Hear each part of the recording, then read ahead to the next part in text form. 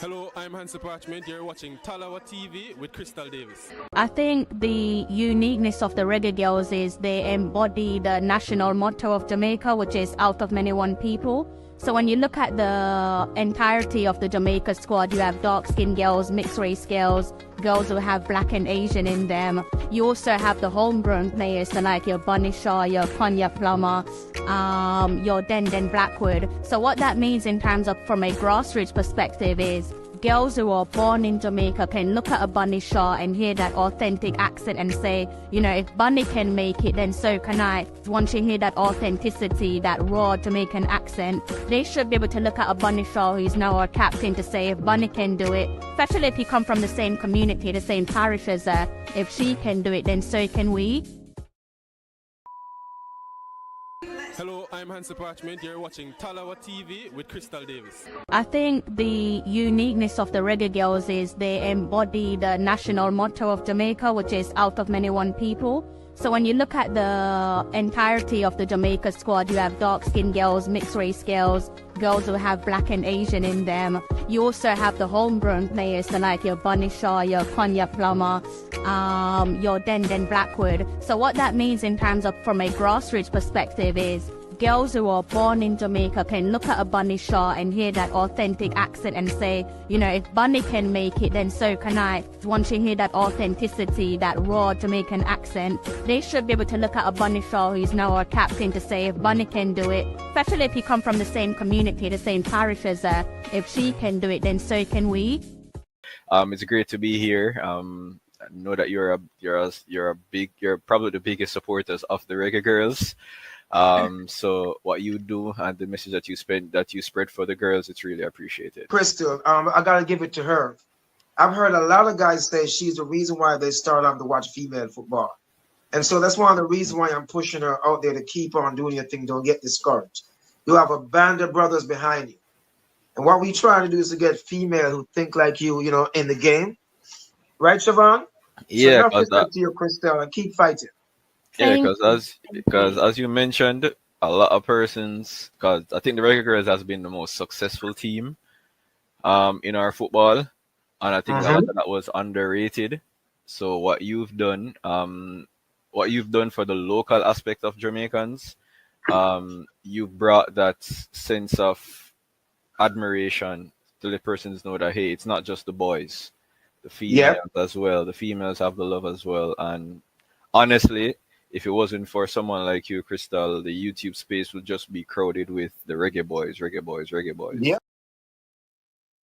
My Talowers, how are you all? Good afternoon, good evening, possibly good morning. All depends on where you are in the world. Today, I'm giving you something extremely special. Welcome to an evening with Izzy Groves, the talented midfielder and current captain of Athlone Town. She joined the reigning champions of the Island Women's Premier Division, and she is now set to lead them into their first ever UEFA Women's Champions League fixture, having played in Portugal, France, and also England. Is this her best move yet? I'll allow you guys to decide in the comment section, or perhaps I'll ask the lady herself. Plus, we've got a special guest joining in on the conversation. So do brace yourself and get ready for an insightful conversation with Miss Izzy Groves. How are you, ma'am? Hi, I'm good, thanks. How are you, Crystal? I am well. This has been a long anticipated interview. As I said, my subscribers, viewers, they've always been asking, you know, what's going on with Izzy? Where is she? Is she still playing? So Christmas come early for some of them, definitely. So thank you for blessing me with a moment of your time. How's your day been? Good, thanks. Thanks for having me, and I appreciate the love and support as always. My pleasure. How's your Sunday? How's the weather treating you in Ireland? Good. You know what? Surprisingly, we had some good weather, some good sun. So I was soaking it up while I can. I'm hearing rain outside right now, so I know tomorrow will be a rainy day. But today was nice and sunny, so I'm grateful for that. You're not convincing me to take a trip to Ireland by no chance. It sounds if you're coming to watch it. Athlone Town, of course, I suggest coming to Ireland. No, but it's But beautiful. the The weather. country's no, the country's beautiful. Despite the rain, the country's beautiful. The people are lovely. So I would always suggest a visit. How are you coping with the accent? Because I find it to be such a beautiful accent. But me, even though I've lived in England for over 20 plus years, I still struggle with their accent, as beautiful as it is. So how are you coping? Sometimes it does take me a minute. I have to say, please just slow down 1 second. But no, Yeah. they're super cool. I find the Irish, they actually have a good relationship with Jamaicans. I think it Yeah. goes back to their roots. They've always told me there's been a lot of Jamaicans in Ireland, and they're good friends with them. Um, so yeah, they've been warm and welcoming, despite having to ask them to slow down. They're lovely. Okay, that's what I like to hear. I'm glad that you're settling in. And while we're on the topic, before we jump into things, actually, what's that settlement period like for you as a footballer? It's something that I've always wondered. Yeah, yes, they speak English, as do you and I, so there's not that language barrier. But nevertheless, Mhm. you've left the comfort of your home. You're not in Canada no more. Of course, we've seen you play in England before, but how long does Mhm. it usually take you to adjust to a new surrounding? Yeah, so well, this is my 5th year pro now, so I feel like I've gotten kind of used to having to figure out how to settle in quickly. In the football pitch, you don't have much time ever, so it's just about adjusting quickly. So I found that it's been quite easy for me, this being my second season playing in an English-speaking country. Mm. Of course, I've played previously in different countries where English is not the first language, so I found settling in there to be a little bit harder, but English speaking, get directions everywhere. People can help you more easily rather than using my Google Translate constantly. Although I may have to ask them to slow down. That's all. That's it. Yeah, It's just a yeah, yeah. conversation. So, yeah. Okay. We're gonna get onto that a little while. Well, into the conversation as it goes along. But before we get started, I asked you a question off air when we were doing the mic check, and it kind of spun me a little bit. I wasn't expecting that answer, so I have to ask you again. Who's your football team? Who do you support? My football team is Man City. And before anybody tells me I'm a bandwagoner and I just join where there's money, that is not the case. I've always grown up watching them with my dad, and we've just always loved how they played. So I have to continue to support just since birth. Oh, wow. That's quite unique. It's nice to meet a Manchester City fan that's like been a City fan since birth. Who's been your favorite player? There's been quite a few. Well, For me, well, recently, the sadness of Kevin De Bruyne leaving has it's mm, been breaking for me. That was something I struggled with for a long time. I've loved him. Just watching him play, looking at mm. his vision, his passing ability.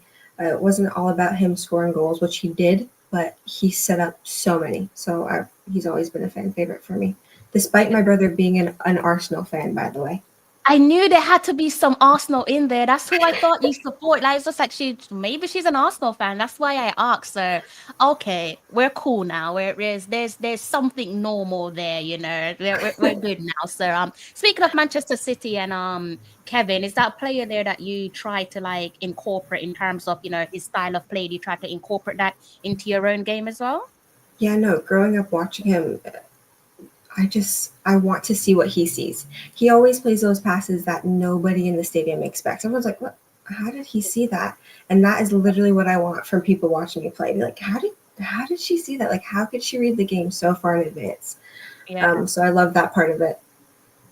Well, although we are somewhat rivals, I am the nearly there. Are we there yet? No, we're not. We haven't been there since '04. Mhm. But I'm going to be the bigger person and say best of luck with the seasons ahead. And you never know, you might return to winning ways where the league or possibly the Champions League is concerned. So all the best with your club, Man City.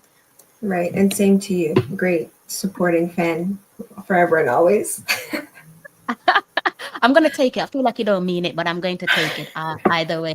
So let's just dive right into it in terms of your upbringing there. I know not many people know this fun fact about you, but you actually have not many are aware of your unique, diverse roots. So tell us a little bit about your background and your heritage, because people probably just look at you and just say, okay, yes, it's just Canadian born Jamaican, but they'll be actually quite taken aback.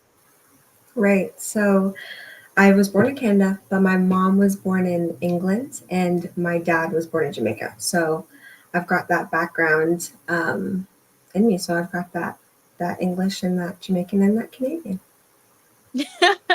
What was it about Jamaica that made you say to yourself, you know what, this is the country that I want to represent? Because I'm asking you because, you know, with men's football, uh, a lot of the times where, you know, country of birth and your heritage are concerned, particularly in men's football, they tend to wait much longer than the women's side of the game to represent their country of birth. So what was it about Jamaica that said to you that, you know, this is the country that I want to represent, and, you know, not England, with the greatest of respect to the Lionesses and also Canada as well? Yeah. So my mom didn't play football, but it was more so my dad that brought football to the family. Um, Mhm. Jamaican born, I grew up hearing the football stories of playing in the streets, kicking the box around. I said, a box? You mean a ball? No, the carton box. I grew up hearing the stories of him sleeping with his kit laid out beside him and the ball in his hand. I said, isn't that a little dirty? Where were the cleats? Where were the boots? Was that on the bed too? But no, I just grew up hearing all those stories. And he has such great memories from his time playing in Harborview and from him being player of the year, 81, 82. So for me, just hearing that, it was going to be an honor for me to be able to step foot on the pitch as a reggae girl and Mm. represent the country like my dad did. So that Yeah. it had laid something in my heart early on. It was always just something that was just there, just like ticking, just waiting for the right time. So yeah, I had to do it. As my dad did it, I had to do it next. So yeah, it's I, always I been like Jamaica. I like that. I argue and say one's doing better, but I'll leave the guys in the comment section to say who did it best. I'm not going to try and pick a side, although I've kind of already picked one. But nevertheless, and what age was that? How young were you when you picked up a football? Yeah, so I'm the youngest of three. My brother was always the one to start off the football, so he loved it from birth. And being the youngest, I had to learn to fend for myself. So constantly the ball was flying around somewhere. So either I was going to join in or get knocked out by the ball. So that Mm. was when it just started. It started to just I used to be best friends with the wall because I used to stand against the wall with the ball and try to shield it as long as I could, so they couldn't take the ball away from me. It didn't work for very long, but it grew a foundation in me. That's when I just started to get the itch of enjoying football. Mm. I didn't take it really, I kind of took it serious when I reached like 11, 12, I'd say. And that's when I started playing with the boys in the academy and Masters Football Academy back home in Toronto, Canada. So it was then that kind of really started it. But we always played in the house constantly as kids. That's quite something. And I know you touched on your dad there. So before we go any further, I think it's only right that we pay a homage to your dad, and rightly so. You quite clearly there, you know, touched on the things that he achieved. He's, you know, a Harborview, a legend, you know, Juno Groves. And he also has ventured off in his own unique direction. And we can talk about that before we close off on the show. But given that your dad is a Jamaica football legend with one of the most recognizable football clubs throughout Caribbean football, did you feel any weight on your shoulders, like growing up, like this is who my dad is? And not saying you're trying to be like him, but did you at any point feel any weight on your shoulders, and how did you handle that? Yeah, I honestly wouldn't necessarily say it was weight. I was just proud. I was glad to grow up under him and learn from him. He's been my coach. He still is my coach. Trust me, as soon as I reach home, he is coach, not dad. But no, he's coached me from I was young, and he taught me firsthand how to be a baller. So I feel like it's never been a weight, but more of an honor just to have him Mhm. as dad, coach, friend. Yeah. So yeah, it was just something to aspire to be. How do you manage like all three though? He's obviously quite like you said, he's your dad, he's your friend, but also a coach. Like, how do you separate the three to say that, okay, on the field, this is what we're doing. You're my coach, you're the gaffer, you're the person I listen to. But when we're at home, you're daddy. Like, how do you separate the two? Has there ever been any moments where it's just like, Dad, you told me to do something, I did it, and it didn't go according to plan? Like, how do you separate the two? Right. So he's always dad first. That's all. He's dad first. But once we're on the field, he's always said, even there's no boy or girl, you're just footballers. So Yeah. growing up, it's like, yeah, once we touch the field, it's coach, it's business. He still treats me like his daughter all the time, even if he is my coach, so to speak. But As yeah, expected. we don't really like separate it necessarily. It's just a matter of respect. Obviously, like he is my dad, he is my coach, so I just respect him for that. I'm never gonna cross those lines or anything like that. So that's never really been a problem for us. Yeah. Um, yeah, You said something there that I want to pick up on. You spoke about playing with, I think you said older guys, maybe was it guys around the age of 11, something of that ilk? What was that yeah, like? I can only imagine, girl playing football with the lads. What was that like playing football with the boys? yeah. So growing up, before I actually kind of more was taking it seriously, I always um, played with my dad and his friends. So Saturday, we used to call it big men soccer. So you go and it would be my dad and other previous players who have played either in Jamaica or just around. And we'd all get together on Saturdays. And being the baby, um, Mm. obviously they'll play you the ball more and they won't touch you. But just to be around an environment like that, that laid a foundation to begin with. And then Mhm. once I started taking it more serious around, I'd say 10, 11, 12, that's when I started in the academy. And for us, it was mainly boys. We didn't have a girls team necessarily. It was always the girls mixing with the boys. And like I said before, Dad would always say, once you cross the field, you're footballers. There's no boy, no girl. You're footballers. That's it. You play on the pitch the same. And he would say, once you come off, you can do whatever you want, be as girly as you want. Once you're on the field, you're footballers, and that's that. So that's always stayed with me, and that's how I see it to this day. But I think that helped me a lot to be able to just play with boys. It's always a different pace, a different kind Yeah. of strength at times. So it allowed me to have to think the game faster, think in advance, figure out what I'm going to do before I get the ball because I have these guys running at me. I don't want to get hit. So it's always Yeah. a matter of playing faster, have my pass early, and I think that only helped me to be the player I am now. Yeah, that's quite a unique experience. Would you say any of that or much of that unique experience there helped to shape you into the leader that you are today? Because you had to just command respect. Like you might not want me being here, but you will respect my presence. It sounds as if you developed that from a very early age. Yeah, no, 100%. Oftentimes, once the boys see a girl coming into play, they're like, okay, like what is she gonna do? Exactly. And it's a matter of they're not necessarily just gonna give you that ball. Like you have to earn the respect. So once you tackle somebody hard, then they'll be like, okay, she can play with us. Okay. Once you do a few passes and get settled in and just play, then they learn to respect you. So yeah, I definitely have to figure out how to Hold captivate your a room kind of thing and like win the ball, get the ball myself because it wasn't necessarily just going to come to me. I had to figure out yeah. what I needed to do to get it.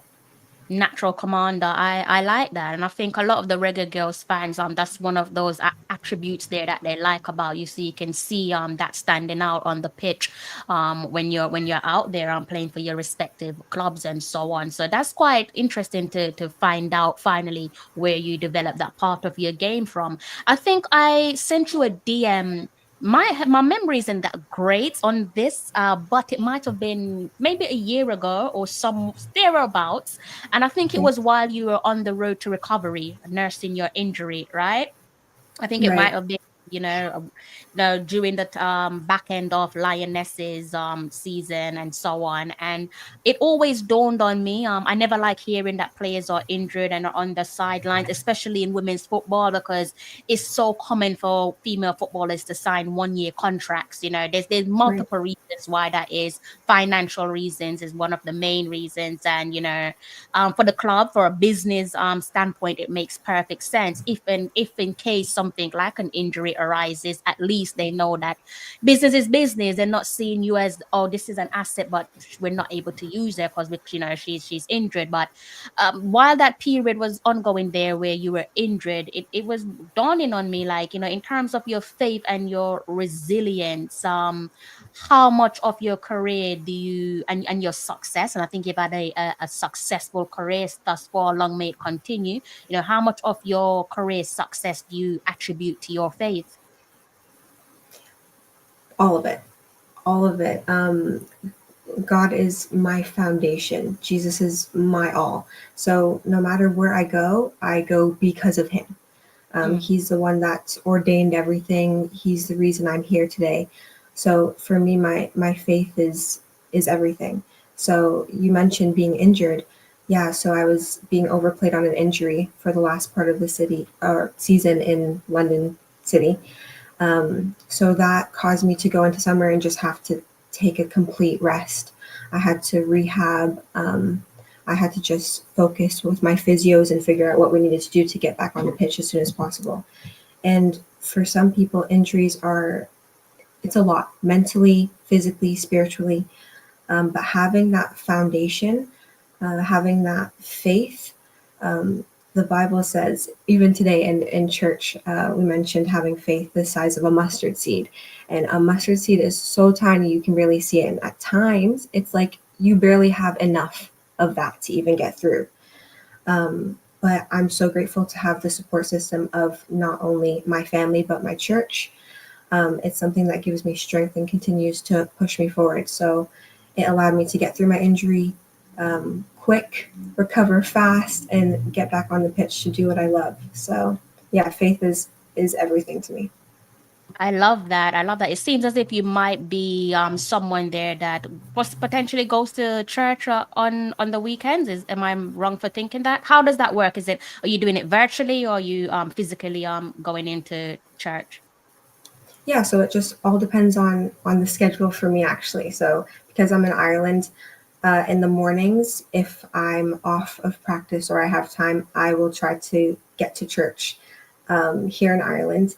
And fortunately, church at home is able to be viewed online, which is perfect for me because normally it starts 11 a.m. their time. So that's 4 p.m. my time, which is usually my open hour. So I'm grateful to just be able to log on there and catch service.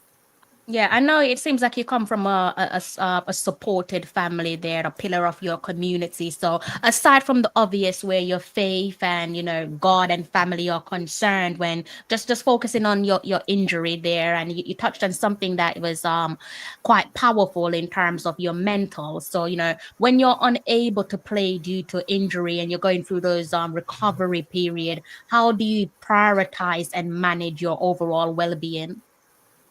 Yeah, no, it can be a lot. You often find that you get some thoughts that aren't good, like how long am I going to be out? You start questioning things. But again, just being able to go back to the word, the Bible, the foundation of faith, and know that you have to take captive of these thoughts and only keep positive thoughts in your mind. You can't let the devil run rampant in your mind and put all these negative thoughts in there. So it's a matter of just staying positive, relying on God, and using the support systems you have, which is, for me, my biggest is my family. I love that. What advice would you give to players, potentially even the girls who are, girls and boys who are younger than yourself, who aren't fortunate to have those support system to them, and potentially lost faith in God? What's your message to them in how to restore their faith?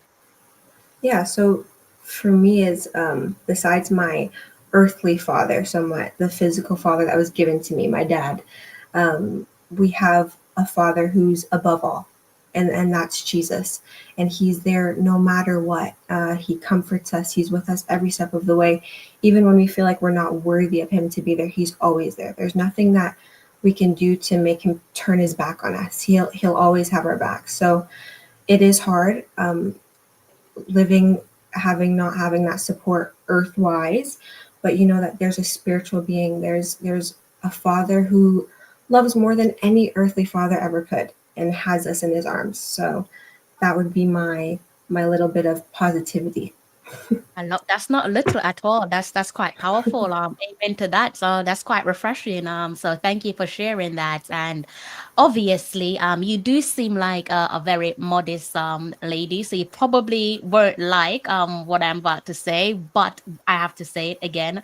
Once again, in my eyes, you are a history maker. So, once again, congratulations on joining Affluent Town, and you have the exciting game coming up in the Champions League, first time ever in the club's history books. How do you feel about this significant role that you've been given as it relates to wearing the captain's armband? Yeah, I'm honored to have been able to come into a new environment, like you said, and having to adjust and settle in quickly. They actually gave me the armband within, I'd say, 2-3 weeks of preseason. So just to be able to have that respect from coaches and players, and just for them to see how hard I work, and to see that I'm a leader was an honor. And this is something that this is the first time for men or women's side that the club has qualified for Champions League. So for them to value me and allow me to be a leader and to just guide the team into this huge part of history, I was honored for that, and I'll forever be grateful for that. Like, do you realize the words that you're saying? Like, I'll echo it back to you, paraphrasing that within 3 weeks of signing for Affluent Town, they gave you the captain's armband in preseason. Do you understand how unique and unbelievable that is? No, I don't. I even once it happened, we had a launch for the league, and we had to go take pictures and everything. And having won the previous season, we actually had the opportunity to go meet the president of Ireland. So after literally 3 weeks, everybody was like, "Oh, like, how have you settled into Ireland?" As I was walking into the president's palace, and they're like, "You got here 3 weeks ago, and you're now meeting the president." I was like, "Yeah, surprisingly, I am." So many opportunities have come from that, and I'm forever grateful for it. Got to tour the whole palace, meet the president himself, shake hands, take pictures. So it's been insane so far. This journey's been unreal. Yeah, I mean, it's such a rarity because a bit like yourself, I think we're both in similar brackets here, irrespective of our age difference. That like you, I did not grow up seeing a lot of black captains. Yes, with Arsenal it was more common, but just in general, I didn't grow up seeing a lot of black captains. They were more of the opposite demographic. So I'm sure there's going to be young black boys and young black girls looking at you and saying, "Look, like, we've got a black woman wearing a captain's armband in a predominantly white league." It's one for the history books, and I think potentially when you close off on your career, I don't know if you want to write a book, but I think that's probably when it's all sunk in that not only are you about to lead your team into their first ever UEFA Women's Champions League match, but you're a black woman wearing a captain's armband. So long may it continue. Yeah, no, it's like we talk about it, and I say it, but honestly, it is unreal that it happened within the 3 weeks. And I'm so fortunate for little girls who look like us to be able to look at me and be like, "Wow, she did it. So I can too." And that's something that I'll forever want to do. I want the little girls after me to be able to be like, "Yeah, I can do that. I can do anything I put my mind to, and I'm able to do it. People have done it before me." So I'm honored to be able to lead that pathway. Yeah, and I pray to God that, long may it continues, as I said. But let's stick on that topic because we can't just rush this one. And let's remind those guys there in the comment section, because I don't believe I've said this, or I potentially said it in the intro. And your club there, your current club in Ireland, Affluent Town, they are the reigning champions.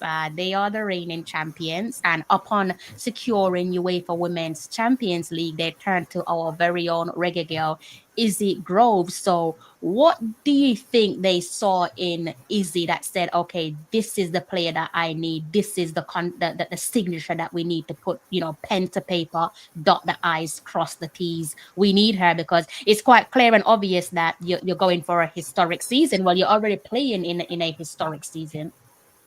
Right. Yeah, and we're still maintaining that first place spot as well.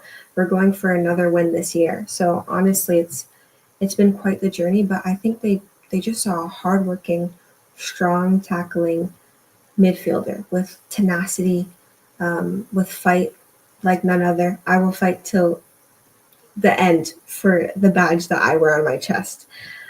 So I think they just saw someone who's willing to work, willing to lead, willing to carry the club into another win. Because we want to win, the league again this season. Back So to back. that's a huge deal, and we want to make history and make it as far as we can in this Champions League run. And again, I'm so grateful to be able to help lead this team and make history for this club and honor the badge that's on my chest. I mean, you're in a good position. Currently sitting at the top of the league table there, and Mhm. it is 11 games played, 10-1, one draw, 0 losses. You have a goal difference of 28 goals scored there, 31 points in your back pocket. So you're chasing quite a lot this season, I'm sure. Putting it out there that you would want to complete this season as an invincible, with 0 losses to your name. Exactly. That's what we're going for. And I just want the best for the club and the team. Mhm. No matter what, I'm always going to fight. And that's what we want. We want to win the league again. And that's my goal as captain, to lead the team there. Well, best of luck to yourself. I see someone in the comment section, not ignoring you guys, but as you can see, I've got a special guest for you, our very own reggae girl, Izzy Groves. Please feel free to ask Izzy some questions. I do want to remind you all to keep it respectful. So let's focus on football and football only. But please feel free to ask her some questions there, as it relates to her career. I know you guys have been asking, where is Izzy? So she's right there on screen. So feel free to ask any questions there in the comment section.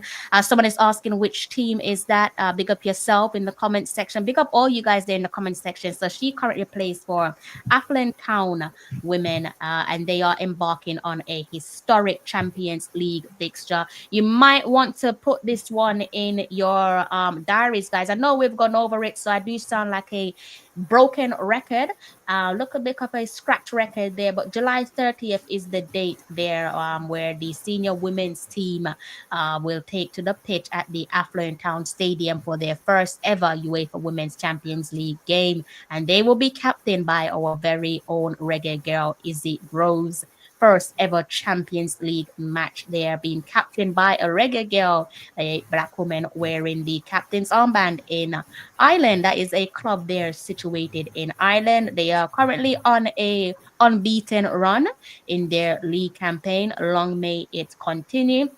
So back to let's see what you guys are saying there. They're saying bless up queen, that's my goat. We got a couple comments there in the comment section there for you. A couple people saying easy. So you're definitely loved by the Reggae Girls fans, and I'm sure by where your club is concerned as well. But before I forget this one, I also wanted to ask, when I saw your move there, and maybe it's because I'm being biased, because if you're in the WSL, I actually wanted to come and watch you play for London City Lionesses, and as I blinked, everything just came to an end. I was just like, damn it.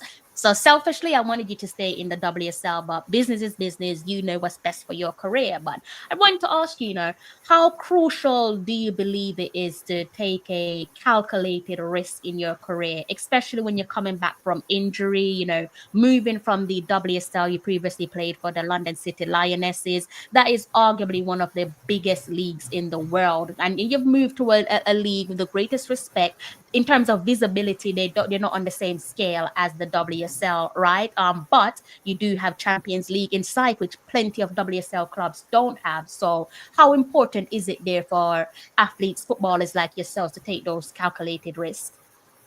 Right. Yeah. So for me, after moving from England, it was just a matter of healing completely, fixing up my injury and getting back on the pitch. And it was a matter of sitting down with my agents and looking at what would best further my career and help me to get the furthest in my career and do the best I want to do and become the best me. So, of course, Champions League is the biggest stage to play on in football, and to have the opportunity to play for a club and represent them and make history with them is something I couldn't turn down. It was unreal, and to be able to come in and be able to now captain it, it's a huge stage, a huge opportunity. So I'm just honored to be in this position and in this team. Yeah, I'm happy for you. I can't stop smiling. I'm definitely just completely pleased for you. So the big Champions League showdown. I'm sure you're not going to be giving away no team talks or whatever. So that's not what I'm asking for. I'm more talking about like yourself, in terms of strategies there. What techniques are you using to manage the weight of expectations? Because now I'm sure you're going to be having plenty of Jamaicans there watching and seeing how you're getting on and just rooting for you. Right. Yeah, for me, I treat every game the same. So it's not a matter of extra stress. Of course, it's an opportunity to make history, but I love that. And even any pressure, I love pressure. They say pressure makes a diamond. So for me, it's not a matter of stressing. Also having my faith, I know that God's in control no matter what. So all I can do is go out there, glorify Him with the gift He's given me, and perform the best of my ability, and help lead the team into winning and moving on. So that's the biggest part. I wouldn't say there's anything else that's really affecting me. I just see every game as an opportunity to go out there and make a change, make a difference, and win. I absolutely love that. And I have to ask as well, in terms of the different leagues there that you've played in, how does playing for Affluent Town, your current team, compare to your experiences elsewhere? What's been like your most invaluable experience of them all? Yeah, I think I always take a bit from everywhere I've gone. It's helped create the player I am today. So I played university in the States, in America for 4 years, and I moved to Portugal for 2, France for 1, then England, and now Ireland. So I think from each country, from each league, I just take a bit. I don't think there's much of a difference between any of them. I don't think it's a huge gap.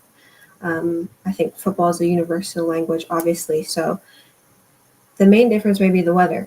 Let's say that between all of them.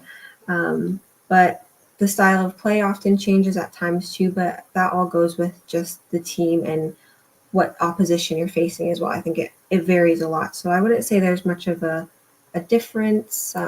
But yeah. Okay, interesting. That's good to know. So before we get on to, I see you guys asking about Jamaica there in the comment section. So I will segue and get onto the questions there pertaining to Jamaica. But Warren Webster, big up yourself, Warren Webster. He is asking, what is your favorite Jamaican food and why? Oh my goodness, you can't ask that because I'll have anything. The second I'm home, please just give it to me. Give it all to me.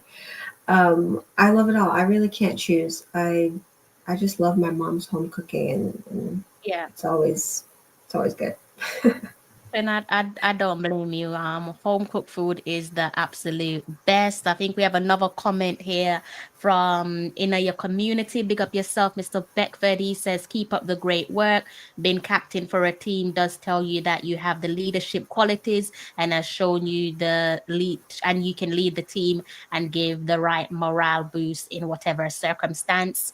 So that is another chat there for yourself. And I think someone else is there seeking truth, finding God. Big up yourself. They said good player. And you already know the other comment there that said that you're their goat.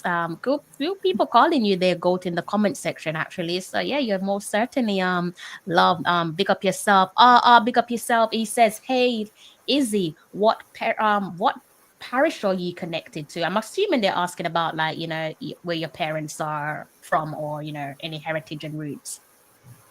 Yeah, so dad was always Kingston, Jamaica. So he's always been the guy in Harborview. So yeah.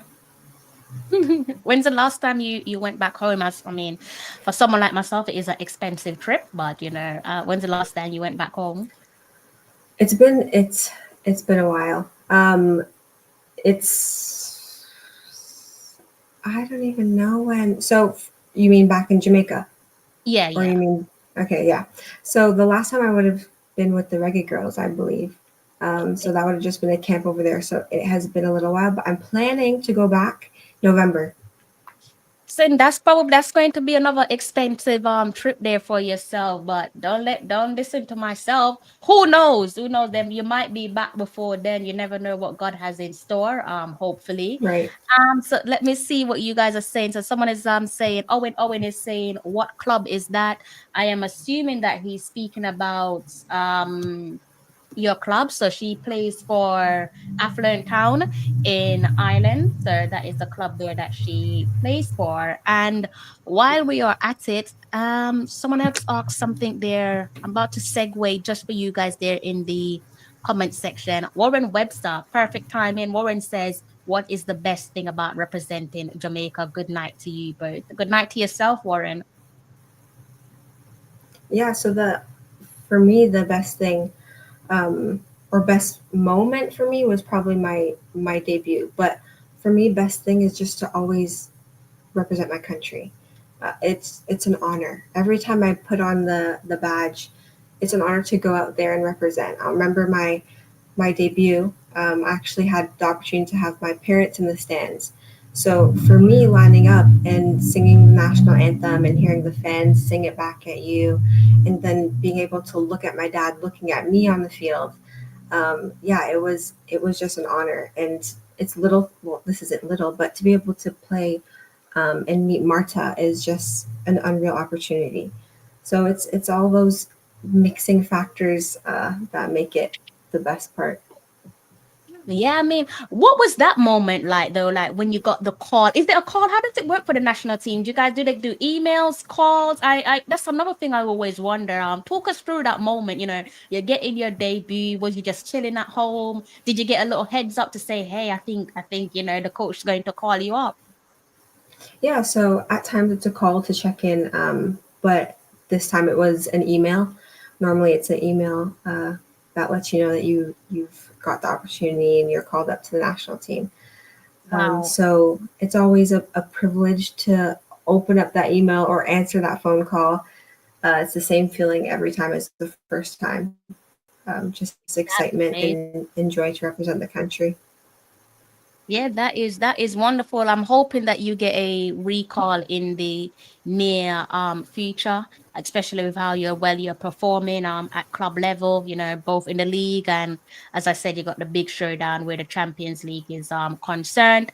But in terms of that game there against Brazil, again, I think this one is gone over a year since you played against Brazil, but what was that like? You're playing against a legend like Marta, you're playing against Brazil, like it's an unbelievable moment. What was that like for you? No, it's unreal. You walk out of the tunnel onto the field and you don't even feel like you're running. Like the fans are going crazy. It's filled like 30,000, 40,000 fans. The chanting, you don't feel anything. If you had pain, you don't feel any pain. It's carrying you. The love of football is just all around you, and it's so exciting. It's such an opportunity. It's a story I'll forever hold near and dear, and always tell my kids just to even put on the badge and represent Jamaica is it's always an amazing feeling. Then there you are, stood next to to Marta. I mean, like, surely she's someone that just about every girl looks up to. I mean, was you nervous when you approached her for a photo, or how did you handle this one? No, I wouldn't say nervous, but she's just an amazing individual. She's so calm, so chill. Um, she literally just wants the best for football and wants young girls to know that they're able to do what she's done. So of course it was an amazing opportunity to meet her and just talk to her and be able just to even take a photo with her. So yeah, it was awesome. It's unbelievable. I'll see what some of the guys are saying there in the comment section before I continue with my questions. Owen, big up yourself. Owen says to Izzy, how long were you injured for? Yeah, so I was out for, I'd say, a couple months. I'd say a month and a bit, and just taking the time to fully recover and rehab and get on the field. Not too long then. Owen Yeah, also no. is, right, Owen. Owen says you're soft spoken but hard tackling. Yeah, once I come on the field, it's a different story. No soft speaking. J Rob, big up yourself, J Rob. He says, Izzy, one of my favorite players, GOAT. Owen says that we're not that great in midfield, so I think we can use Izzy. Izzy is needed in the national team, says DC. Big up yourself, DC. And see what else is being said in the Conrad Smith, pick up yourself. He said, do your thing, Izzy. You and the ladies do us proud. Juan Donaldson, he's a massive Donaldson fan, so he absolutely loves Juan Donaldson. And so, yeah, you're getting plenty of love there in the comment section. But back to the topic there as it relates to the national team. So, as I said, it's been well over a year since she played for the Black, Gold, and Green. Hopefully, the end is near and we can see you return to the national colors of Jamaica. But what message there do you have for your supporters who are eagerly anticipating your recall? You can see some of them are in the comment section already. Yeah, no, like I said before, I appreciate all the love and support. I feel it near and far. You guys always support me wherever I go, so I'm grateful for that, and I'm just can't wait to be able to put on the badge and represent the nation again. One of the reasons that I wanted to get this interview done, aside from the fact that people are asking about you, was one of the biggest head scratchers for us as the 12th man is we maybe you don't have an answer to this, but do you by any chance know if you're part of the current national 60 player talent pool? Because you know the gaffer, the head coach, Busby, he does speak quite highly of the extensive 60 player talent pool, which is about over 5+ squads. So do you know if you make up that 60 player talent pool by any chance? You know, is he in regular contact with you, you know, the backroom staff and so on? Yeah, I'm always getting the emails for camps and everything, so I'm definitely in that squad and I'm in contact with them at times. Yeah. Oh, thank God. All right. So that eases plenty of worry because that was one of the things we're just like, do they know that she exists? You know, we obviously want to see you back in the national team. So there's the answer to one of the biggest questions that you guys had for Izzy, guys. She is part of the 60 player talent pool. So I think for us it's just a matter of time, not if, it's a matter of when it happens. So there's some calmness there for you guys. And of course, you know, we're before we close off on this year towards the latter stages, we have the World Cup qualifiers in sight. What would it mean to play in the upcoming World Cup qualifiers? Yeah, like I said before, I treat every game the same, but it's just an opportunity to show myself and help represent Jamaica and let us do our best. Best of luck when when that moment arises for you. I feel like I know the answer to this question, but nevertheless, I feel like I have to ask you because I don't want to assume. So I'm curious to know there, which one of your teammates do you feel best complements your style of play in the heart of our midfield where the national team's concerned? I would say I play well with everybody. I think it's a matter of gelling. So it's a team game. You have to figure out what other people's strengths are, how you can best benefit the team. And for me, that's where my tackling comes into play, or my passing, or my shooting from distance. So I don't think it's a matter of one person. I think as a team, it unites the nation, and we work together to do our best. So I wouldn't say just one person. I would say everybody. I think someone Warren in the comment section is saying, Drew, he thinks that you would compliment playing alongside Drew. And of course, there are other girls there to think of. Owen as well. Another person is saying Drew. So a few people in the comment section, they think that you would compliment Drew. But we also have Jade Bailey and Atlanta to think of as natural midfielders, guys. Natural midfielders. See what you guys are saying there in the comment section. George Smith is saying, yes, from what I am hearing and learning, Izzy is needed on the national team. We are weak in the midfield.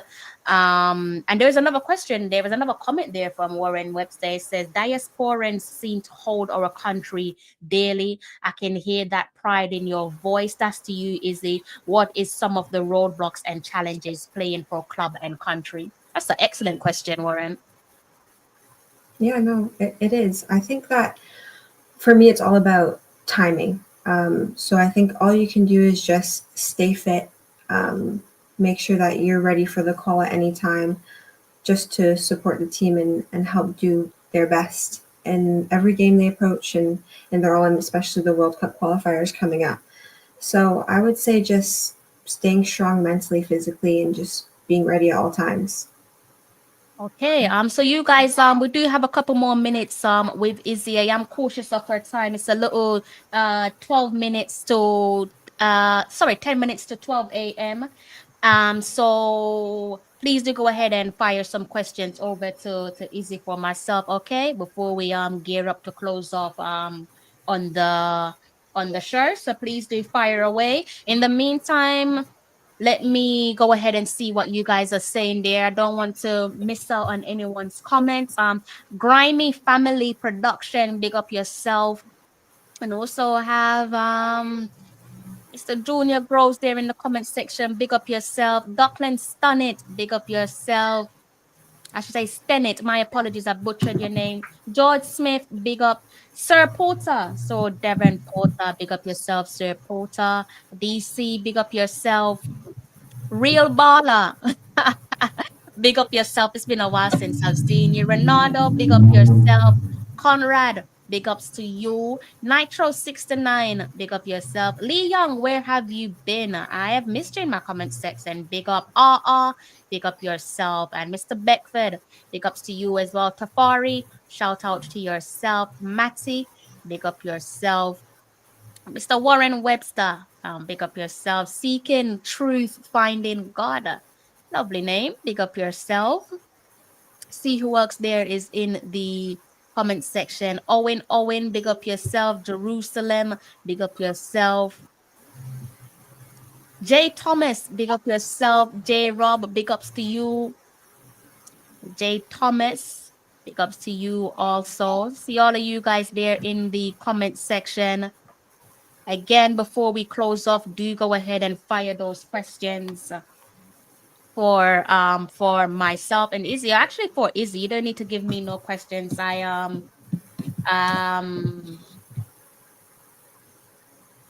I'm going to be here all the time. Izzy won't. So please do fire those questions. Seven Porter says, yes, you can keep a good man, woman down. Izzy, you are a tower of strength. Keep on believing. I know that you will be back in the national colors soon rather than later. I do agree with you there, Sir Porter. Warren says, as a father of three girls, what would you say as best advice to young women looking to be pros in this game we all love? Lovely question there, Mr. Webster. Yeah, no, that's beautiful.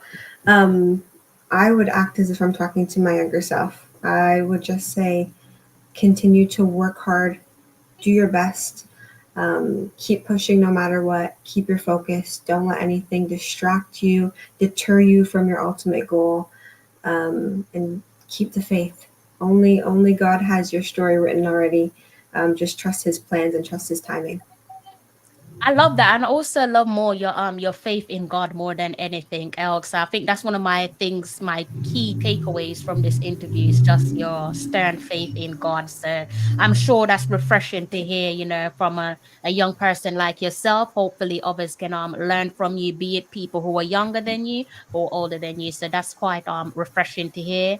Another question here. Pick up yourself, DJ. He's saying, question for Izzy. I think you probably missed out on this because we've already discussed it. But since you've asked, he's asking, what's your mentality been like lately? Yeah, no, I've just been focused. Um, there's nothing like the feeling of approaching playing on the biggest stage in Europe. So looking forward to that Champions League, and I'm just so focused, head down, gunning towards this game. I couldn't be more excited and more honored to lead the team, like I've said. So yeah.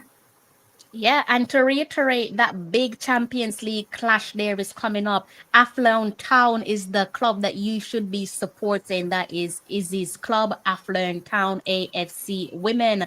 And they have a big Champions League game inside. This one will be played on the 30th of July. History will be made when their senior women's team take to the pitch at Athlone Town Stadium for their first ever UEFA Women's Champions League, and they are set to take on Cardiff City Women. So please do try and keep your eyes and ears peeled for that one. I know I will be doing it. But before I close off on the show, I have to bring out my special guest. He has been eagerly, patiently waiting, and I have been keeping him backstage for far too long for comfort. So I do hope that he forgives me. It is time for me to bring on screen my special guest. We simply cannot wrap this one up without talking to our legend, our Harbour View legend. He was the player of the year back in 1982, once hailed as one of Jamaica's most promising young talent. 4 decades later, he's now the head of football operations where his academy is concerned. And he's also a pastor at Holy Ground Tabernacle. I'm not sure how he manages to juggle all of that, but I'm sure we're about to find out. Please do give a huge warm welcome to Mr. Junior Grooves. That is Izzy Groves' father. How are you, sir? Good day. I'm good. Good day. Good day. Can you hear me? Yes, we can. How you? I'm great. I'm great. I'm great. I'm great. God bless you all in Jesus' name. God bless you too. I mean, you seem to be in happy spirits. I'm loving the energy from your daughter and yourself, by the way. You've definitely uplifted my spirits. So thank you for that. I needed that. Thank you. Yeah, you're welcome. You're welcome. No, I'm proud of her because there's a lot of people been given or have the potential to be on this stage and to be playing at this level, and then something sideswipes them along the way in life. But she's very focused and she's right. If you depend on the word of God and know that you're okay, whatever disappointments may come, the national team not calling you, whatever. At the end of the day, if you know Jesus is in control, then you're good. You're good. You can smile, right? Yeah. I mean, you're right. Naturally, anyone will be. You can see, you can just hear, just how proud she is to be Jamaican, and Mhm. naturally not being called to the national side. That's a given that anyone's going to be disappointed. But the guys in the comment section, you can't fool people. You know the ones who are genuinely wanting to play for your national team, and I think it's Yeah. fair to say that Izzy is one of those players. You can hear the guys in the comment section echoes a few of that. So I think if we're all singing from the same hymn sheet on someone that we don't know, this is the first time I've managed to speak to her. So I think we're probably hitting the nail on the head. So well Yeah. done to yourself for raising our very own Jamaican for us.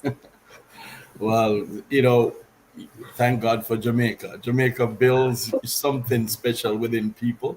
And Crystal, to be honest with you, like I'm proud of Izzy, but I'm Mhm. proud of every one of those girls who have put on the Jamaica shirt. I put on every one of those girls. Look at Bunny. Look what Bunny has done. I mean, we as a country, man, this girl, the pressure that girl went under to achieve what she achieved. Unbelievable. Unbelievable to be where she is. and not even go off and mess up in life and bring down the country. You know what I'm Mhm. saying? The Yeah. girl is, I'm proud of my daughter, but I'm proud of every one of those girls who come up at the highest level and they continue to fight every day. Proud of all Yeah. of them. Yeah, and I think I mean, even Bunny, we're not going to segue too deep, but even Bunny's story is quite unique, where her personal life and her family is concerned. And you're right, to go through all of what she has gone through on a personal level where family is concerned, and to be a Ballon d'Or nominee not once but twice, to be winning Golden Boot in a country that don't belongs to you. And she's doing so playing on one leg, mind you. She hasn't been fully fit for 2 seasons. She's still Hey, getting the boots. So big ups to her. you took the words out of my mouth. Many people don't know that Izzy, when she's playing against Arsenal, playing against Liverpool, and they're playing her for the entire game, she's hurt. Mm, Many people don't know that Bunny, when she's playing and you see her scoring, she may be scoring and playing, but some of the time she's playing hurt. All of yeah, the other reggae girls, when they're playing for their clubs, nobody knows this. Some of the times they're playing hurt. Some of the yeah, times they're playing with the normal women issues that women go through in their body, but they're still playing and being tough, obviously. you yeah. know oh, it's just amazing to see what they have done, and I give them credit. I give all of them credit. I'm not only my daughter, but I give all of these girls credit. I love that. And you just touched on something, and it's one of those things. And Izzy, if you're not comfortable talking about it, we obviously don't have to. But it's one of those things I've always wanted to ask, like female athletes, like how do you deal with that when Mother Nature knocks on your door unexpectedly? Because so some women were just crashing out. It's too much. It's a wave of emotions. Our body aches, and people don't understand unless you're living our lives. So how do you deal with that? Yeah, no, I've grown up with a dad saying no excuses all the time. So, so for me, it's just something I kind of just push through. Um, yeah, but of course, it's something that women have to face, and it's a whole nother side of the game that obviously the men don't need to experience. I wish at times they would, but no, we have that responsibility as a woman. But it's just something that I feel like the women's game is more paying more attention to, and they're monitoring it more. They're changing programs, changing practices. They're altering different things to best benefit the female body. So Yeah. that's only something that's growing with the women's game as well. Yeah, yeah. I mean, it just goes to show, women are just maybe I sound biased, but I just kind of feel like we're superhuman because on a Hmm. normal day, you just don't want to get out of bed. So you can imagine as a pro athlete, you got to get out there and compete. So, hats off to, Right. to each and every one of you, because to you and the girls out there who are completely rocking it. Long may it continue.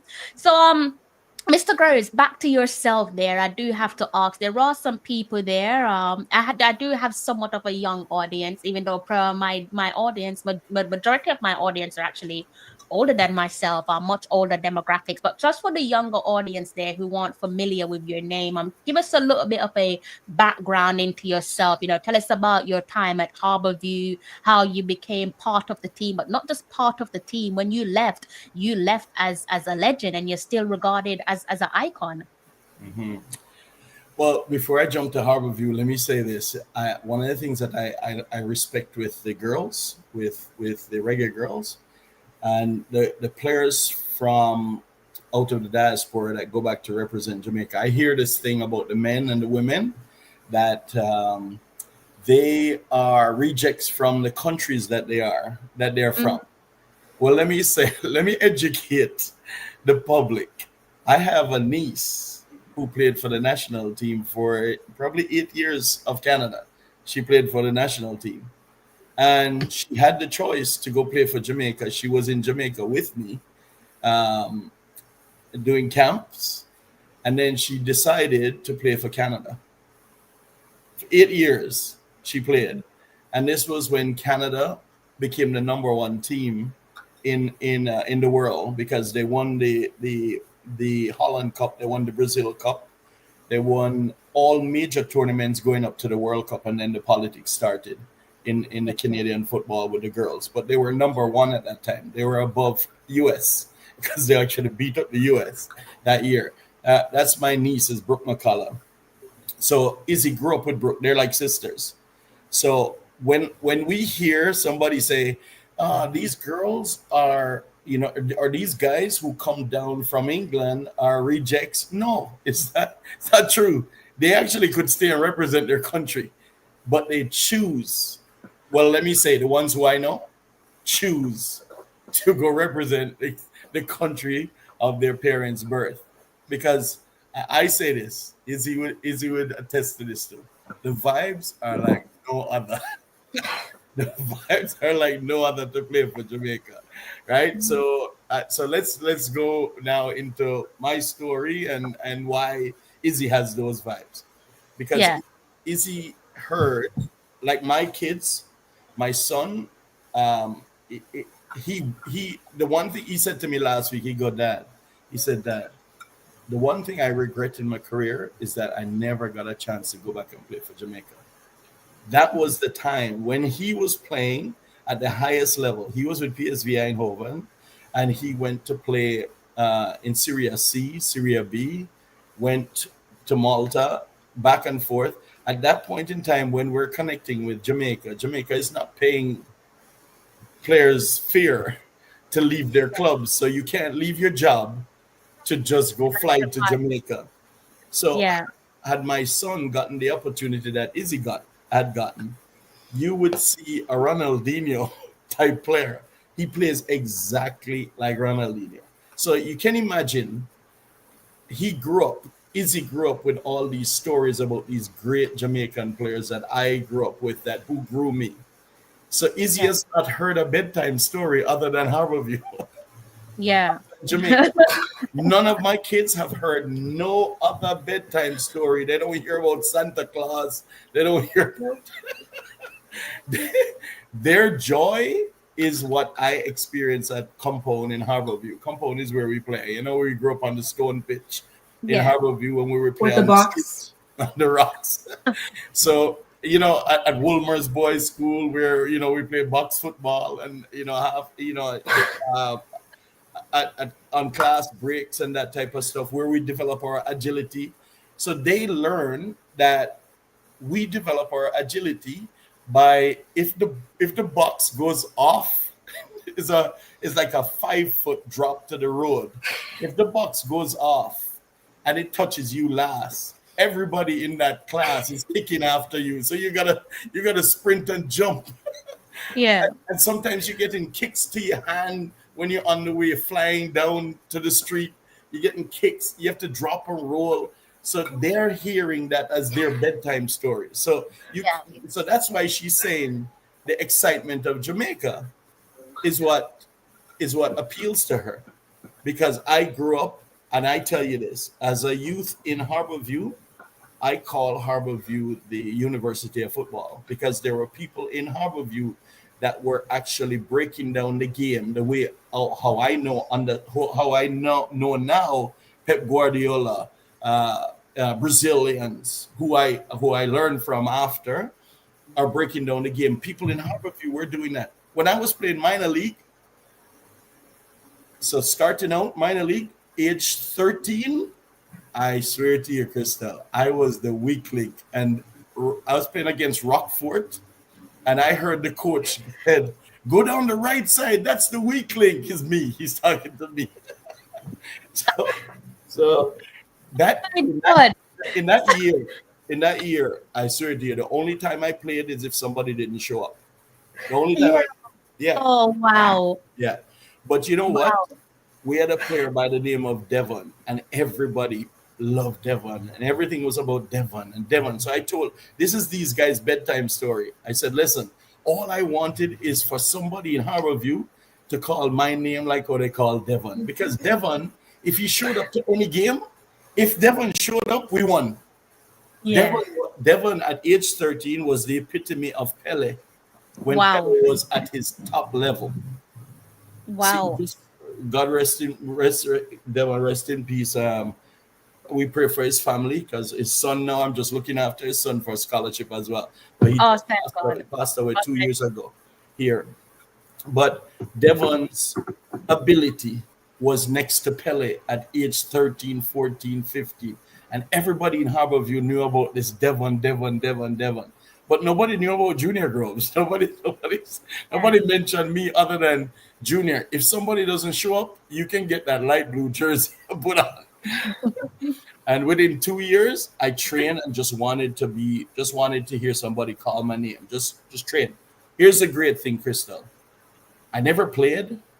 They never gave me an opportunity to hit the field, but they gave me an opportunity to train. Isn't Harborview a wonderful place? They trained me just like everybody else. Yeah. So within 2 years, I became the captain of every one of those players, and I was the first one to bring home the trophy. I was the first captain to bring home the trophy as the minor league captain. Then my coach was Donovan Hales, who was the goalkeeper of the senior team. And you know what happened, Crystal? My progress, because I was so hungry, my progress and development happened so fast that when I went up to the major league team, which was the Premier League team at that time, DV, who was my coach at the minor league team, voted me in as his captain. So I became the captain. I'm laughing because it makes sense now. Sorry to interject. So the captaincy and the quick succession of getting the captaincy. I never even put that together. But yeah, maybe that's what's happening, right? Maybe that's what's happening because DV, who brought me in the game, who taught me the game, who gave me the science of the game, who gave me the passion of the game, was my goalkeeper and my coach, but he voted me in as the captain. Jumpy Harris, Russell Bell, these are icons in football that when I tell you, Crystal, play. You see, when you see the national team play now, and I hear guys come online and talk football, I'm just going, I wonder if these guys, if I could ever carry them back and let them grow up in Harborview and see footballers. There's a player called Wimpy Dread, Harry Tennant, Fatai. If they could ever see the balance, Shani, if they see these players, yeah, Crystal, Russell Bell, you might heard of Howie Bell, because Howard Bell was one of the managers of the men's national team. Yeah, he was one of Jamaica's best center forwards.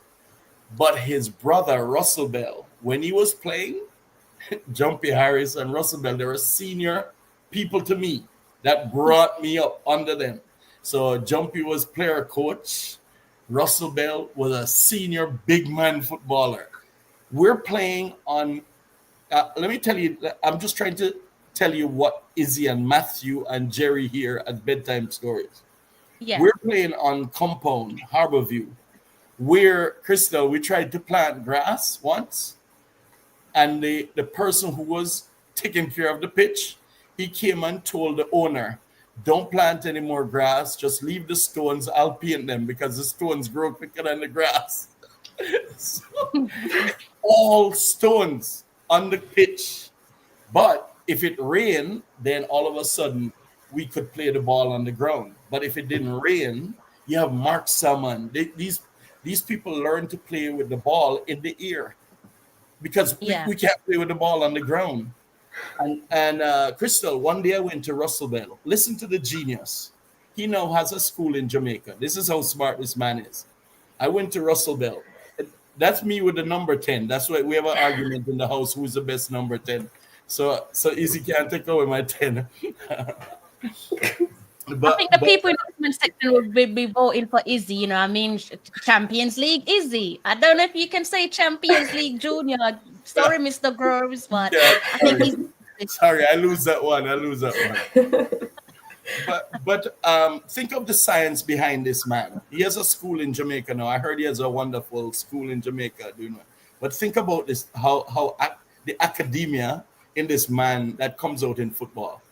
In training one day, I go, Russell, I've never seen you shoot the ball off the ground. Every ball you shoot is a volley. You know what he said to me? He goes, Junior, just watch me closely. I will never shoot off the stones. Every time I touch the ball, I lift it up first, and then I shoot it. So every ball he touches, he just lift it and then shoot it.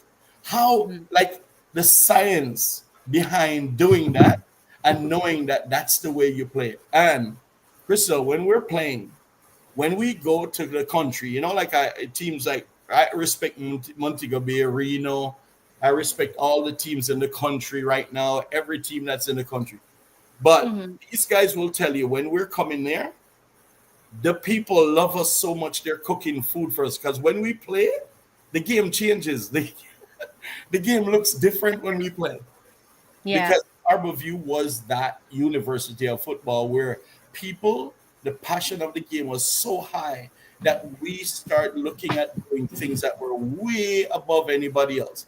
You know, uh, sorry, Boystone might feel bad about this, but Boystone was our rival and Santos was our rival, but the type of footballers we had, well, Santos was where our footballers were before, and then we pulled them back to Harborview, right? So Santos and ourselves have that rival because we took back our players.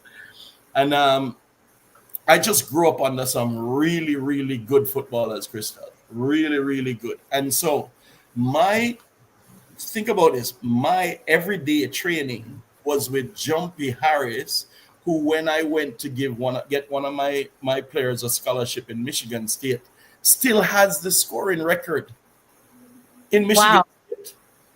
And I didn't know this. And I am and Jumpy is my player coach in Jamaica. And I didn't know that this man achieved this level of football.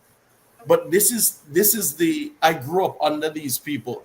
So now that's the stories that Izzy and Matthew hears, and Jerusalem and Brooke. So their bedtime stories is different than everybody else. And I studied Franz Beckenbauer. So my job in Harborview was to play from the back as a sweeper, and then Yeah. end in the attack because I was the free player at the back. So think about from when we're doing this. I was the free player, the sweeper in the back, and we would end with the attack with me. So wherever I move on the field, the ball had to show up in front of me. Because when it broke down, I would still be in defensive mode. But just think of the science behind how they had to play around me. So Mhm. that's why they call me the Jamaican Beckenbauer, because we studied that level of football. So Izzy, Matthew, and Jerry grew up with that passion, not just hearing stories, but that's their bedtime stories. They never hear any fictional Football. stuff. They never heard any fictional stuff. Izzy will Yeah, tell you. well, she didn't have a choice but to become a footballer, to be honest with you. So it all makes perfect sense now, you know. It's now it makes sense. Yeah. So yeah, it's such a powerful and inciting story, and like I said, it makes sense to speak to both yourself and Izzy. For those of you in the comment section who were wondering, I spoke with Izzy for almost an hour, and so we're just before we close off, we're speaking with her dad because I think it makes perfect sense. Without Mr. Groves and Mrs. Grove, we wouldn't have baby Groves. So we're going to be talking to her dad before we close up on the show. All right, before I forget my manners, happy Sunday to you guys in the comment section. I do hope that you've hit the like button. For myself and Izzy, it is now gone quarter past 12 a.m. Please do respect my guests and their time by kind of hitting the like button. It does not cost you a penny. I can hear how proud you are of your daughter there, Mr. Groves, but Champions League football is that something that you envision that your daughter or any of your kids will grow up playing, and how are you feeling now that it's just on the horizon? Well, as I said, Brooke McCullough grew up with us. So she played 8 years with the Canadian national team. Yeah. Yeah. So yeah, she did full scholarship. Izzy did her full scholarship as well. Matthew, after Brooke, Matthew got his full scholarship, and then went to Europe to play. And my daughter Jerusalem, who was after Matthew, got a full scholarship to Houston, ended up at Grace University, and then went to Sweden, then came back home to teach here. So all of them went through the full scholarship route and played football at the highest level in the U.S. universities. In terms of going on to play Champions League, nah, never thought. Just thought, okay, national team for Matthew was a huge deal because he had that level, he had that Ronaldinho type touch that Jamaicans would love to see. You know, when Jamaicans see a player, like I was watching, I went into church, I left football and went into church. My mom got sick, Sorry. As a professional footballer. My mom got sick and I had to stop training for a while. Did World Peace Games. My mom she went into the mental hospital, and then I had to take her out to live with her.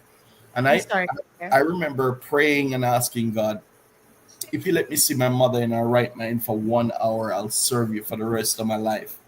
And so happened that my brother went into church and then said, send my mom. And I was so angry with him because I realized he didn't know that I had to put her in a mental hospital. Yeah. My stepfather had passed away from cancer and she lost all hope. And her mind just went and she tried to commit suicide and that type of stuff. So I was going through a lot while I was playing professionally, and then just asked for a break, and they were fine with me. They were still paying me everything. And then I got an opportunity to do one World Peace Games, and my aunt carried my mom to Jamaica. Went to Wildman Street Church. They carried her down to the altar, prayed for her. She went and wanted to be baptized. She didn't know. Didn't she? Sometimes she look at you and she don't even know you. That's how ill she was mentally. But she was under severe drugs to keep her from committing suicide. Yeah. Yeah. She went. She got baptized in the name of Jesus. She got filled with the Holy Ghost. And I was swearing at my brother, why are you carrying her to church? Why are you doing this? This is not right. You're going to let her stop taking her drugs and she's going to kill herself. And I'm going to come and kill everybody in Wildman Street. This is how I'm going crazy. I'm swearing at him and everything. So happens she come back home to me, and I carried her to the doctor. And the doctor came back out and he goes, Junior, something happened to your mother. And I was like, you just don't want to believe that church and all this stuff. And so he said, I'm going to back off the drugs little by little. Well, guess what? It's 30 years since he backed off the drugs. And my mother's mind, she's now 90. And after he back off those drugs, my mom is in better mind than mine. My mom remembers everybody's phone number. Like, I literally tell you, she is sharp. A 90-year-old lady now, as sharp as ever. So obviously God renewed her mind. And, at Thank that point in time, Crystal, I just said, you know what, there is something bigger than the God in football, because I worship football. Izzy would tell you, I sleep with a football. I had my boots, my socks, my shorts, everything on my bed. And I just sleep with a football and hug it like this and smell it. God. So it became my God. And literally, at that point in time, I had to make a decision who was really God. And I just went into church. 8 members of my family went into church. And then I remember the vow that I made crying on the streets in Toronto, walking. I said, I would serve you for the rest of my life if I saw her in her right mind for 1 hour. And that's Oh, that's like months after now. She's in her right mind, and I'm going, God, you really actually let me see her for more than 1 hour?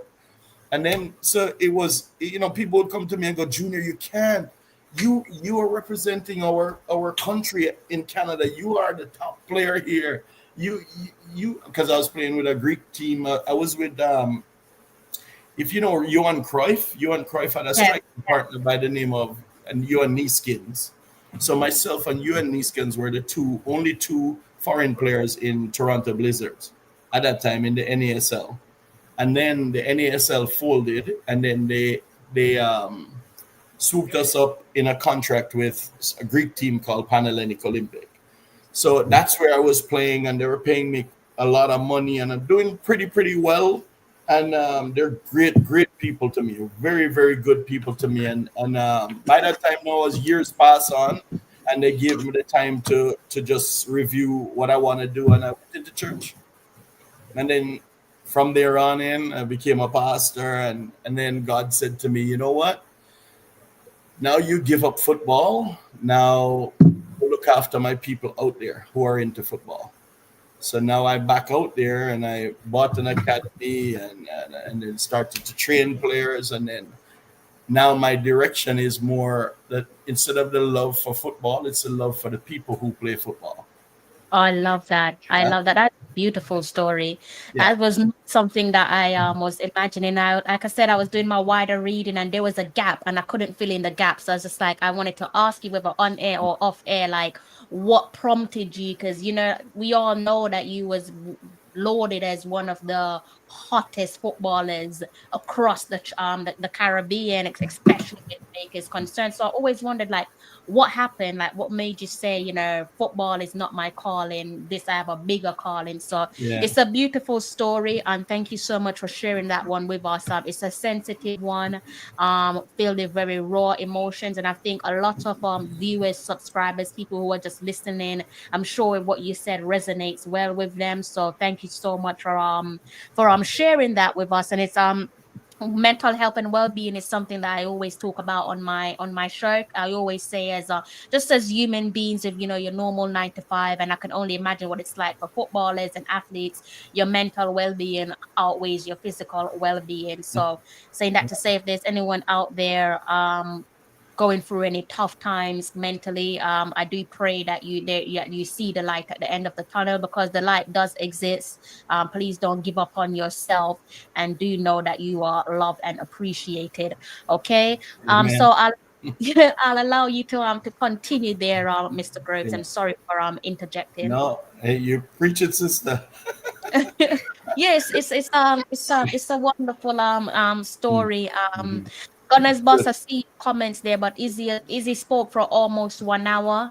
So like I said before, I close off on the show. It's only right to hear from her dad, because sometimes it's just best to hear from the horse's mouth. There's very limited stories on the internet on Izzy's dad, and I think he's given us a gem. So it's great to hear from the horse's mouth, not just about his daughter, but also about Yeah. his experience as well in football. And I do have to ask you as well, Mr. Groves, how do you view football opportunities for Jamaican football talent now compared to in your own playing days? Okay. So for Gunners man as well, you can ask the question. Izzy will answer the question as well. I don't mind. Yeah, Izzy can answer the question. So you can fire it up there, and Izzy will answer the question. My time's done now. So, but I'll answer that for the Jamaican public and for your viewers all across the world to understand. In my time, just if you think about the talent in Jamaica, you remember the players that I named before me, Yeah, who were guiding my way through and give me the opportunity to captain them. Can you imagine? Just can you imagine if we had a way to house all these players and bring them back each year to help each other hmm, to grow the national program? So in my time, when I heard a lot of people say, well, if you're not with Harborview, you don't get with the national team. Have you ever heard that before? Harborview, it's Cavaliers. In my time, there was a huge jealousy. No Harborview players would be on the national team. And the players that I named to you are world class players, and they didn't get on the national team. Well, Jumpy Harrison and were on the national team from way before. But in my time, Mark Salmon, myself, DV, Fatai, all these players, Balance, these players are top players in the country, never get an opportunity to go on the national team. yeah, Why? Because they're from Harborview. Because yeah, Harborview are the pretty boys from the east. Harborview, we get all the girls. And we'll stay there with yeah, with us, a man vex. But all the people who are in charge of football are from the west. That's yeah, just how it was. It wasn't the east people in charge of football. And yeah, the only reason I got called to the national team and Mark Salmon got called to the national team was a Brazilian coach came in and was the technical director and called for myself and Mark to come to the national team. And that's when I got player of the year. Think about that. If that Brazilian coach was not there, and guess what happened? It so happened after I got called, ask Carl Brown. Carl Brown got joined national player of the year. So yeah, if the Brazilian coach was not there, Carl Brown would be the national team player of the year, and Junior Groves, Jamaican Beckenbauer would just be another Harborview player gone. But What happened if you had a Carl Brown, Den, Yu, Diego Gordon, Alan Skillcole was in my call to the national team. Alan Skillcole, that was his last year, so he was he was assisting the Brazilian coach. And when you see football play, like Crystal, you would love the football that was played. You talk about Diego Gordon, Alan Skillcole, and they look at me now as Alan's little brother, like Alan Skill, but I'm playing defense, coming out of defense. So it was the beauty of the game. Now, what happened if you could house all that talent? Because Izzy went to Portugal, and when Izzy went to Portugal, nobody knows how big Alan Cole is. I put Alan Cole in the bracket with Messi and Pele. Maradona talent level, and he's a Jamaican. When Izzy went to Portugal, Brazil. When Izzy went to Brazil, in the national camp, they brought out Alan Cole's jersey. Wow. Yes. Yeah. So people don't understand. So think about this. What happened if you have all of us that were actually housed and the national team was able to fly us back and we play each year? We just add to that pool. That would be a wonderful thing. I watched Jamaica versus Anandi Lowe and Andy Williams, and I watch a couple of the other guys after me, and they were playing freely against Brazil and against Uruguay and tearing up. They were just ripping Uruguay and Brazil apart. Yeah, Jamaica. Yeah. So when people are out there, they need to believe Jamaicans have a high standard of football that we can fall back on.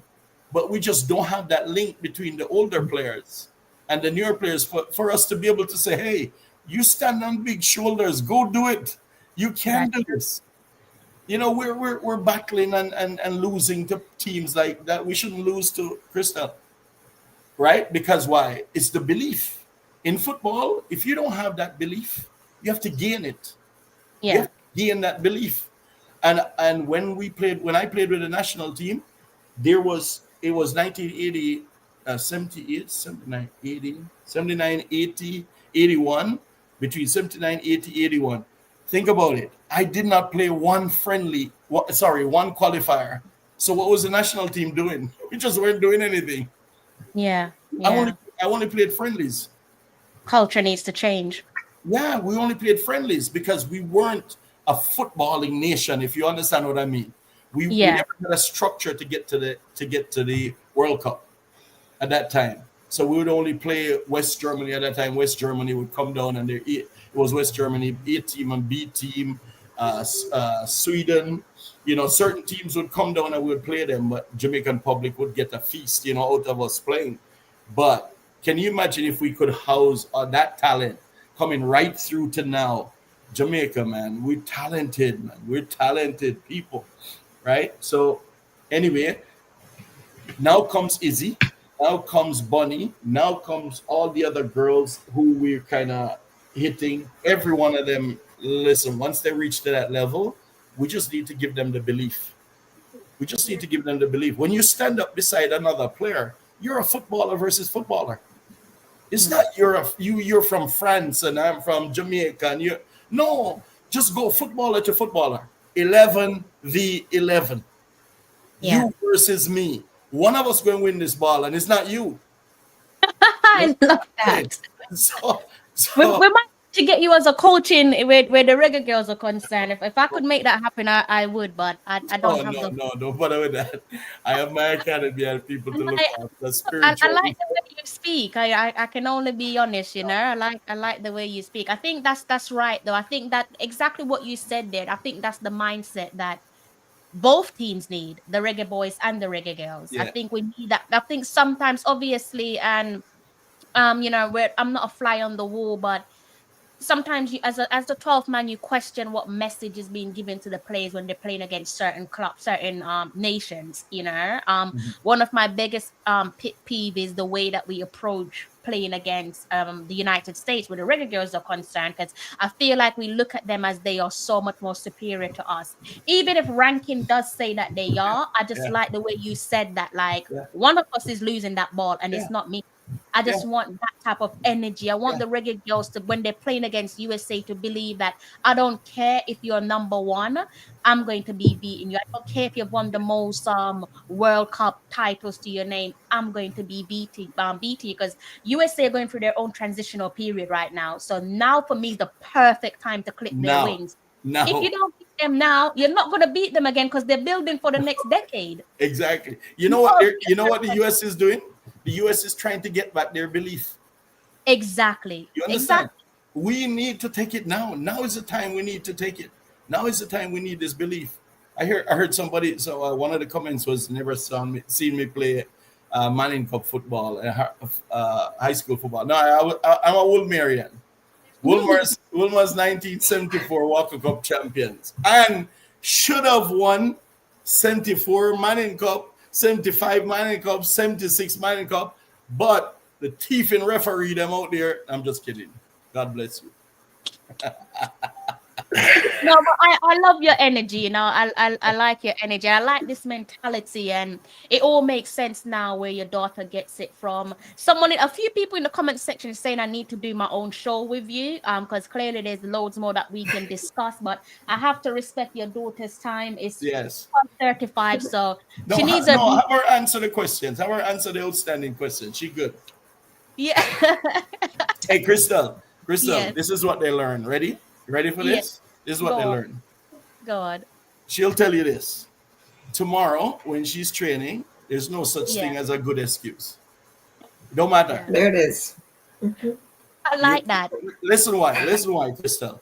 If you try to get somewhere in life, if you try to get to the mall and you get hit by a car and that somebody see that you die, they try to resuscitate you, but you die and they bury you. But you raise Yeah. up again, and then you raise up and try to come out of the coffin and get back to the mall. But then another bus run over you, and you die again. And then the second or third time you get hit again and you die again and you didn't get to the mall is a good excuse, yes? Because you didn't get to the mall. But what happened if now it was a bad excuse? You actually wake up late because you never set your alarm and you never get to the mall. Yeah. The results are the same. You never get to the mall. There's no such thing as a good excuse. You just didn't get to the mall. And so it's Izzy and my academy grew up under this. That don't tell me an excuse. Do not give me one, because it might be good, but it still didn't get the job done. You understand? Yeah. So cutthroat, I like it. Yeah. Yeah. So Izzy, answer the question, baby. No, I said it before. No excuses. No excuses. I love that. And before I forget my manners, once again, thank you so much to the both of you for blessing me with a moment of your time.